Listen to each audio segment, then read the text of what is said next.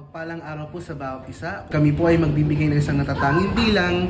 Ang mensahe po ay para po sa bawat isa at ang papuri po ay sa ating Diyos. Sabi nga po sa aklat ng Lucas 2:13 hanggang 14, biglang lumitaw sa tabi ng anghel ang isang malaking hukbo ng kalangitan na nagpupuri sa Diyos. Papuri sa Diyos sa kaitaasan at sa lupa'y kapayapaan sa mga taong kinalulugdan niya. Mapagpalang araw po sa bawat isa.